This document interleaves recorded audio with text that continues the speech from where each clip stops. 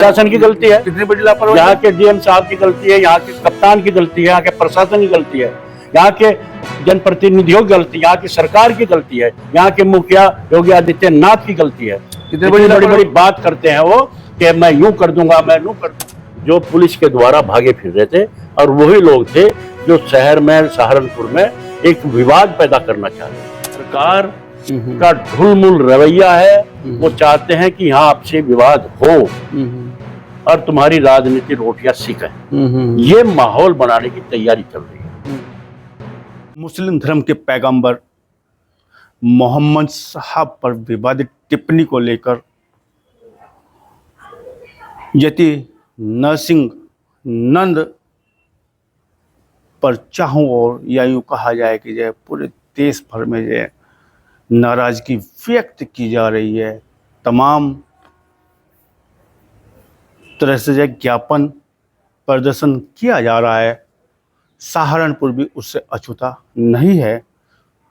सहारनपुर की बात की जाए, सहारनपुर में भी कई जगह ज्ञापन देने का कार्य किया गया है। इसी क्रम में देवन रोड पर पड़ने वाला गांव शेखपुरा में भी कल ज्ञापन दिया गया।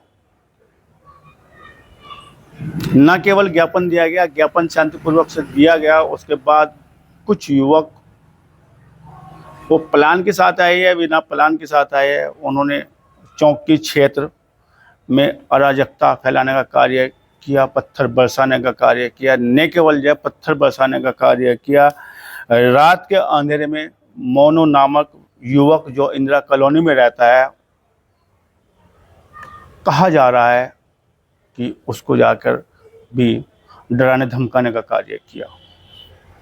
इस मामले को लेकर पथिक जनशक्ति पार्टी के राष्ट्रीय अध्यक्ष के पास फोन आता है। रात के मध्य रात्रि में इनके पास फोन आता है घटना के बाद कि हम असुरक्षित हैं, हमें सुरक्षा दी जाए। कुछ लोग हमें टारगेट कर रहे हैं, जान से मारने की धमकी दी जा रही है। राष्ट्रीय अध्यक्ष पथिक जनशक्ति पार्टी ने उसे ढंढास बढ़ाया और सुबह अपने साथियों को फ़ोन किया। फ़ोन करने के बाद आप पुलिस कप्तान के पास गए, ज्ञापन देने का कार्य किया। ज्ञापन मेरे हाथ में है। इस तरह का ज्ञापन जो है पुलिस कप्तान को दिया गया कि मोहम्मद साहब पे टिप्पणी करने वाला एक व्यक्ति है, सभी को टारगेट करना, पत्थरबाजी करना कहाँ तक जायज़ है, तमाम तरह की बात इन्होंने कही है। विवादित टिप्पणी का हर व्यक्ति से वास्ता नहीं हो सकता। विवादित टिप्पणी किसी एक व्यक्ति की हो सकती है। समाज में इस तरह का विद्रोह करना, समाज में अराजकता फैलाना कहाँ का उचित है। बातचीत करेंगे, चर्चा करेंगे। हमारे साथ में जुड़े हुए हैं बातचीत करने के लिए चौधरी वीरेंद्र सिंह, आप पथिक जनशक्ति पार्टी के राष्ट्रीय अध्यक्ष हैं। जी, आपका बहुत बहुत स्वागत है। बहुत बहुत आपके चैनल का बहुत बहुत धन्यवाद। ज्ञापन दिया, ज्ञापन का मामला क्या है और क्यों ज्ञापन देने की जरूरत पड़ी है? देखिए, आज हमने हमारा जो वरिष्ठ अधीक्षक महोदय जी हैं पुलिस जी, उनके पास ज्ञापन देने ही गए थे कि रात कल तो जो हालत हुआ ही था जी शेखपुरा कदी में, आप अभी बता रहे हैं। जी पूरा देश में सेक्टर में आ गया लोग बाग जाए। पूरे सहारनपुर में कैसी घटना हो सकती है, समझ में नहीं आ रहा लोगों की। जाए इतनी बड़ी घटना यहाँ पे जाए ज्ञापन के पीछे की गई है, आखिर इसकी वजह क्या रही है? पूरे देश में ऐसा माहौल पैदा कर दिया है कि जिसको कल्पना भी नहीं की जा सकती। और सहारनपुर में घटना है गाजियाबाद की। यति गुरु नरसिंहानंद जी ने जो बयान दिया है, हमारा उससे बयान से वास्ता नहीं है। क्या बयान दिया, क्या नहीं दिया, उसके खिलाफ कार्रवाई प्रशासन ने की है। मुकदमा कायम होगा, जेल वो चले गए। जो काम था होना, कोई बात नहीं, वो तो न्याय कानून करेगा उसका। तो अब पुलिस या कार्रवाई हो गई है, संवैधानिक कार्रवाई उन पर हो गई है। जिस तरह जय दंड संहिता जय इस तरह के बयानों पर कार्रवाई करता वो हो गई है। बाद उसके जगह पत्थरबाजी की जा रही है। ये पत्थरबाजी जो जिस तरह का सहारनपुर में वाकया हुआ है, क्योंकि कल हम मेरठ से आ रहे थे, कार्यालय मीटिंग थी हमारी जी, तो देवबंद में हमारे बच्चों ने मीरकपुर से फोन गया कि आप सहारनपुर मत जाइए। मैं क्या बात होगी? अब वहाँ तो कर्फ्यू लग गया है और वहाँ का जो रास्ता है शेखपुरे वाला बिल्कुल बंद है, वहाँ पत्थरबाजी चल रही है। सील्ड कर दिया गया, बिल्कुल सील कर दिया है। हमें भी इतनी दहशत आई, डर इतना हुआ कि भाई ये क्या हो गया, ये क्या हो रहा है देश में।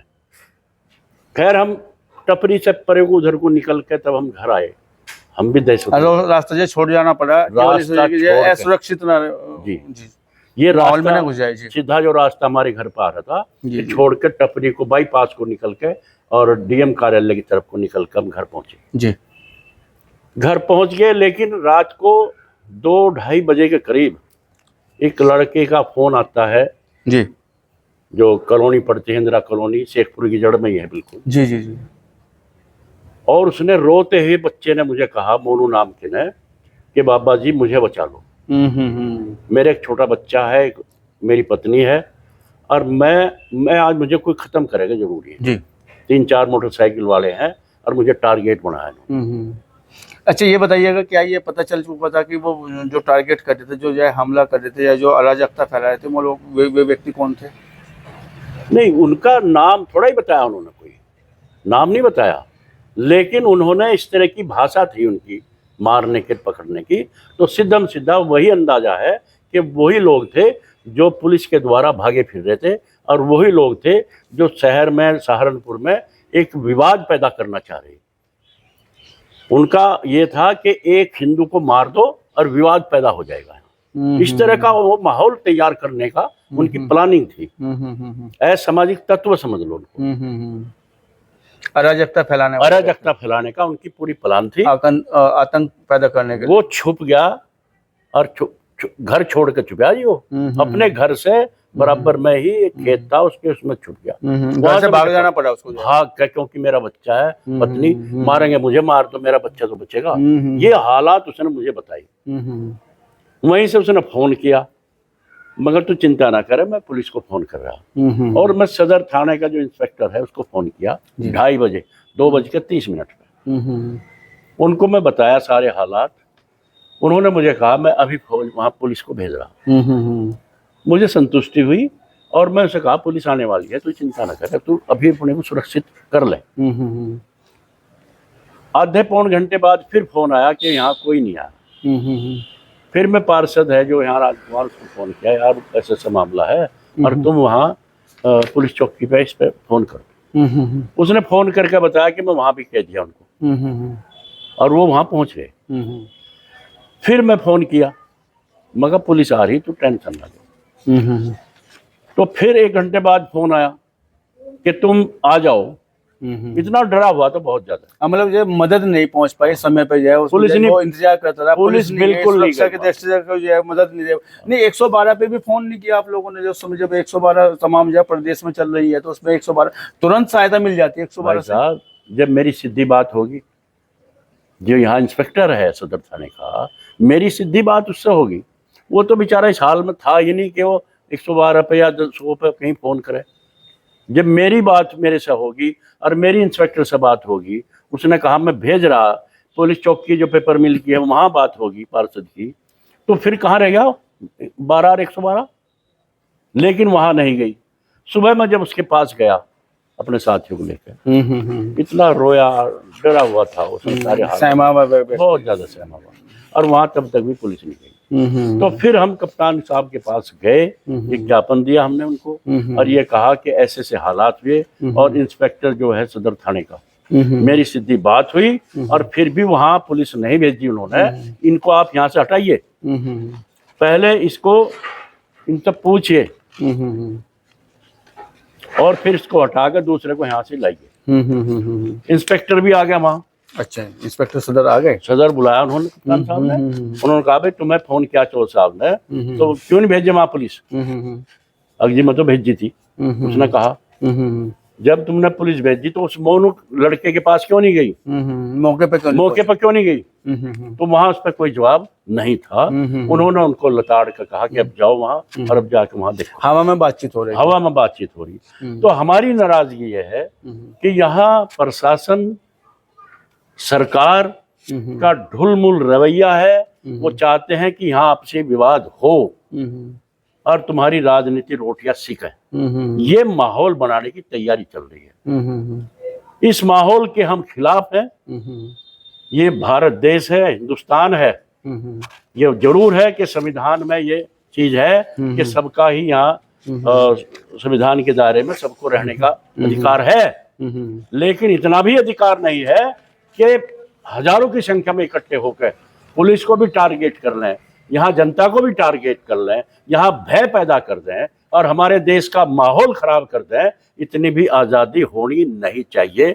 इसलिए हम कप्तान साहब को चेतावनी देने गए थे कि आप इसको रोकिए, नहीं तो फिर पथिक जनशक्ति पार्टी इस पे खड़ी होगी और अपने देश को बचाने का काम करेगी। अमरिंदर जी, एक सवाल यहाँ पे उठ जाता है कि जिस तरह से विवादित टिप्पणी की जा रही है, संविधान हमें राइट्स देता है, पूरा अधिकार देता है कि हम अपने धर्म को या अपनी पूजा को कैसे भी करें, पूरा राइट जो है देश के सभी नागरिकों को मिलता है। लेकिन ये अधिकार कौन देता है कि जो है यतीन्द्रानंद जैसे व्यक्ति जो विवादित टिप्पणी करते हैं, मोहम्मद साहब पे, पैगंबर पे टिप्पणी करते हैं या इधर से जो है पथराव करता है, ऐसा अधिकार या इस अराजकता का माहौल पैदा किया जाता है बाद टिप्पणी के, ये अधिकार कौन देता है इस तरह का? देखिए, ये अधिकार और उचित कार्रवाई क्यों नहीं हो पाती जिससे जो है अगले व्यक्ति ऐसी घटना को पुनरावृत्ति करने से 1000 बार सोचे कि ये किया जाएगा तो इसका ये फल मिलेगा? इतनी लापरवाही क्यों हो जाती है? भाई साहब, ये आज की बात नहीं है। जिस तरह से ये बयान दिया है यति नरसिंहानंद जी ने, इस तरह से इससे पहले उनकी तरफ से बयान हमारे धर्मों के खिलाफ आए हैं। ऐसा नहीं है कि नया नहीं, मैं ये नहीं कह रहा आए नहीं होंगे, आए होंगे, आए हैं। इस तरह के बयान, इस तरह की गंदगी क्यों फैला रहे हैं? इसको अधिकार कौन दे रहा है इस तरह की गंदगी फैलाने का? अधिकार तो सरकार दे रही है। चाहे वो यतीन्द्रानंद जी हो या उधर से कोई अराजकता फैलाने वाला कोई व्यक्ति हो, पत्थर बरसाने वाला कोई व्यक्ति हो। इसका देखो, शासन प्रशासन कानून है हमारे देश के अंदर। शासन प्रशासन की ढिलाई की वजह से है सारा। अगर इसका कोई दोषी है तो यहाँ की सरकार नहीं, आप तो बहुत बड़ी ढिलाई बता रहे हैं कि ये दिन में घटना हो जाती है शेखपुरा की इंदिरा कॉलोनी में, रात को जाकर अराजकता फैलाने के लिए लोग पहुंचते हैं, हमला करते हैं, डराते हैं और बाद उसको पुलिस नहीं पहुंच पाती समय तक। किसकी गलती है? प्रशासन की गलती है। कितनी बड़ी लापरवाही? यहाँ के डीएम साहब की गलती है, यहाँ के कप्तान की गलती है, यहाँ के प्रशासन की गलती है, यहाँ के जनप्रतिनिधियों की गलती, यहाँ की सरकार की गलती है, यहाँ के मुखिया योगी आदित्यनाथ की गलती है। कितनी बड़ी बड़ी बात करते हैं वो कि मैं यूं कर दूंगा, मैं यूं कर दूंगा। कहाँ कर दिया? कहाँ हो रहा है? सहारनपुर में क्या हाल होगा? इससे पहले तो आज तक हुआ नहीं। कैसा होगा उसकी सरकार में? और मैं आपके माध्यम से एक बात और भी कहना चाह रहा, मैं उस समाज को भी बताना चाह रहा हूं, ये बात सच है, देश को आजाद कराने में सभी का योगदान रहा, हिंदू मुसलमान का रहा, अंग्रेजों को भगाने में। लेकिन आजादी के बाद देश का बंटवारा हुआ, उन्होंने खुद छांट कर ले लिया अपना पाकिस्तान और यहाँ हिंदुस्तान। वहाँ का कानून वहाँ है, यहाँ का कानून यहाँ है। वो हमारे रहमो करम पर हैं। यहाँ उनका अधिकार नहीं है। ये मैं आपके माध्यम से कह रहा हूँ, उनको बताना चाह रहा, मैं उनको याद दिलाना चाह रहा। ये हिंदुस्तान है, यहाँ का कानून, यहाँ का अधिकार हमारे पास है। पाकिस्तान में कानून, वहाँ का कानून पाकिस्तान के साथ है। ये रहमो करम पर है। तुम इतना बड़ा अधिकार भी ना यहाँ जताओ कि तुम पत्थर लेकर, ईंट लेकर, गोली लेकर लोगों को यहाँ डराने का, धमकाने का काम करेंगे। ऐसा बिल्कुल बर्दाश्त नहीं होगा, ये नहीं चलने वाला है। अमरिंदर सिंह जी, आप कह रहे हैं कि जो रहमो करम पे बस रहे हैं, लेकिन जो संविधान सभी को जो नागरिकता का अधिकार देता है, जो भारत में बस रहा नागरिकता के आधार पर बसा हुआ है, लेकिन शांति को जो है प्रभावित किया जाए, अराजकता फैलाई जाए, ये अधिकार संविधान नहीं देता। चाहे किसी भी बिरादरी से हो, चाहे किसी भी धर्म से हो, कानून सभी के लिए बराबर है और कानून को जो है देश के सौहार्दपूर्ण माहौल को बनाए रखने के लिए बहुत ज़रूरी है हम आपस में जो बहुत अच्छे तरीके से रहें।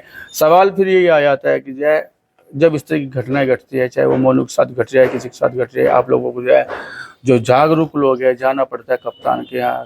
कितने मोनू ऐसे जो अराजकता का शिकार हो जाते हैं, क्या मोनू को कोई सुरक्षा मिली है उसके बाद? आप कोई सुरक्षा नहीं मिली है। रात को, आने वाली रात को उसके साथ क्या घटना हो जाए, उसके साथ अपनी बराबर वालों को घटना क्या हो जाए, यहाँ किसके साथ कब हो जाए, कोई यहाँ सुरक्षा नहीं है। और ये बड़ा दुखद घटना है कि इस तरह का, चाहे मोनू एक गरीब लड़का, वहाँ गरीब बस्ती है और शेखपुरा उसकी जड़ में है, जहाँ कल हज़ारों की संख्या में 20-30 हज़ार लोग इकट्ठे होकर पुलिस चौकी में, जब पुलिस को ही वो कुछ नहीं समझ रहे, यहाँ के प्रशासन को कुछ नहीं समझ रहे, तो उसको तो जिंदा खा जाएंगे वो पकड़ के। कल को पता लगेगा कि वहाँ से तो इंदिरा कॉलोनी साफ होगी। फिर क्या होगा? क्या होगा इस देश का माहौल? यहाँ तो बांग्लादेश वाला हालात पैदा हो गया। जो अभी एक बयान आया था राकेश टिकैत का कि भारत में, हमारे देश में बांग्लादेश जैसे हालात पैदा होंगे, वो तो बहुत टाइम नहीं हुआ, तो जल्दी होने वाले हो रहे ऐसे हालात में। पथिक जनशक्ति पार्टी के हाथ पाथ धरे बैठी रहेगी ऐसे में? बिल्कुल नहीं धरेगी। आज हमने चेतावनी दी है, कह दिया, आज ज्ञापन दिया है, क्योंकि मौजूदा सरकार इसको चाहती है पिल्लों की तरह से लड़ाना। उधर सरकार चाहे कांग्रेस हो, चाहे सपा हो, और चाहे सत्ता में बैठी सरकार हो, हिंदू मुसलमान को पिल्लों की तरह से ऐसे लड़ाने का काम कर रही है। पथिक जनशक्ति पार्टी हाथ पे हाथ धरकर नहीं बैठेगी। अब देश है, देश को आज़ाद कराने में सबने बलिदान दिया है, कुर्बानी दी है। देश को हम खामखा बर्बाद होने नहीं देंगे। जिस तरह के लोग ये देश को यहाँ तोड़ने का काम कर रहे हैं, पथिक जनशक्ति पार्टी इस लड़ाई को आंदोलन के रूप में लड़ेगी और देश को अराजकता में फंसने नहीं देगी। तो ये थे वीरेंद्र सिंह जी, पथिक जनशक्ति पार्टी के जो आप राष्ट्रीय अध्यक्ष हैं। अराजकता फैलाने वालों को जो है शासन प्रशासन के माध्यम से जो खुली बात ये कह रहे हैं कि किसी भी तरह की जो है शांति के साथ छेड़खानी नहीं करने दी जाएगी, शांति व्यवस्था बहाल रखी जाएगी। ऐसे लोग जो अराजकता फैलाते हैं उसके खिलाफ शासन प्रशासन अगर हाथ पे हाथ धरे रहेगा तो जो है सामने आएंगे, सड़कों पर चाहे उतर जाना पड़े। तमाम इस तरह की बातें कह रहे हैं। विवादित बयान से सभी लोगों का वास्ता नहीं हो सकता। विवादित बयान जो है उनका व्यक्तिगत बयान हो सकता है। इतनी अराजकता, इतनी पत्थरबाजी नाकाबिल है ये। इस तरह की जो है पत्थरबाजी नहीं होनी चाहिए। शांति का माहौल को बिगड़ने नहीं दिया जाएगा। बातचीत करने के लिए, चर्चा करने के लिए आपका बहुत बहुत धन्यवाद, बहुत बहुत शुक्रिया वीरेंद्र जी।